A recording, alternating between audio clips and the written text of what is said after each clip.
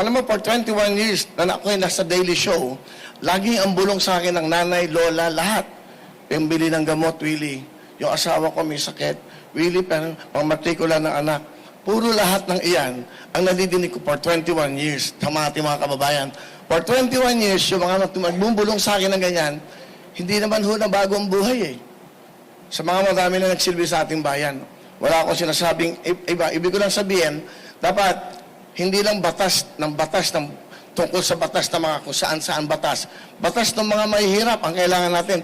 Paano magbibigyan ng magandang buhay ang ating mga kababayang mahihirap? Mga batang nangangarap na walang pambili ng libro, walang sapatos, walang pangmatrikula. Yan. Yung mga lola at lola na nanay natin na walang pambiling gamot. Yan. Lagi yan ang reklamo nating kababayan. Dapat sa Senado, may batas para sa ating mga kababayan. 2 minutes introduction. Magandang hapon sa inyo lahat, Luzon, Visayas, Mindanao, at saan masulok ng mundo. Una sa lahat, ako po si Wilfredo Bendia Revillame, yan ang tunay kong pangalan. Pero kilala niyo naman ako sa pangalang Willie Revillame. At ako po ay 64 years old. Siguro hindi na ako kailangan mag-explain, hindi na ako kailangan magpakilala sa inyo. For 21 years, meron akong daily show, tanghali, hapon, gabi. So, kumbaga, naging parte na ako ng buhay ng mga Pilipino, lalo na po yung mga nanay, tatay, lolo, lola, yung household. Yun lang ho. At andito ako ngayon. In fact, meron akong live show ngayon. Nagpaalam muna ako. Ang alam ko, naka-feed kami ngayon sa TV5. Naka-feed ho kami ngayon sa show. At yung mga nanonood ngayon doon, nagpaalam muna ako. Sigurado nagsisigawan ngayon doon yon. At wala ako, walang kantahan, walang sayawan, walang hepe-peray muna, walang putukan, at walang wheel of fortune. Pero, may mas malaking hangarin at may mas malaking plano para sa bawat Pilipino. Okay? At 2 minutes, siguro mas maganda mga tanong na lang para masagot ko na kagad yung mga tanong. Okay, sige po. Unang tanong, kanino manggaling? Tagalog na lang para mas maintindihan natin mga Rhea kababayan. Fernandez from TV5. Pahiram po ng mikropono. Go, Rhea. Hi, sir. Good afternoon. Rhea Fernandez, TV5. Over here, sir. Willie na lang, huwag naman, sir. Sir Willie, you mentioned you have a show sa amin, TV5 Will to Win, no? So the next question is, what happens to your show if you are vying for a Senate seat? Anong mangyayari po dun sa Will to Win? Sa pagkakaalam ko, sa rules ng COMELEC, until February 10, pwede pa ako mag-live show.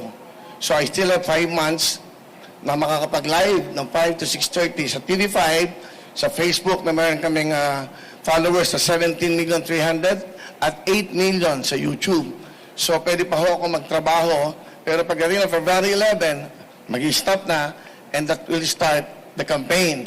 So you know, and then, pag nanalo, pagpalarin, at pag pinagalob ng Diyos na ako yung makapaglingkod ng tapat at walang halong pag-iisip ng masama sa aking mga kasama, ako pa'y babalik, like the Senator Tito Soto, na may Itbulaga pa rin. Yun lang. Okay, sige. Go ahead. Sir, one additional question po. Ano pong nag-udyok sa inyo para finally tumakbo na po sa pagkasenador? Because going back to your previous statements, hindi nyo po nakikitang tatakbo kayo sa sabak sa politika eh. Yung mga nakikita ko, away. Awayan ang awayan. Mga edukado, ang tingin nila sa mga artista masyadong mababa.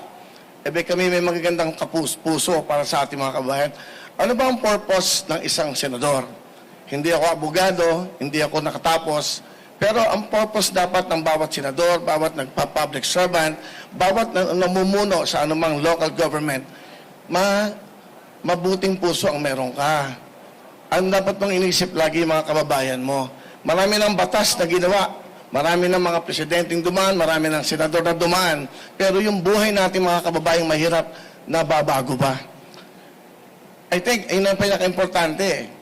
Poverty, yun ang pinakamalaking problema natin. Yung mga batang nangangarap na mag-aral, pag wala ng pera, hindi na natutupad ang pangarap.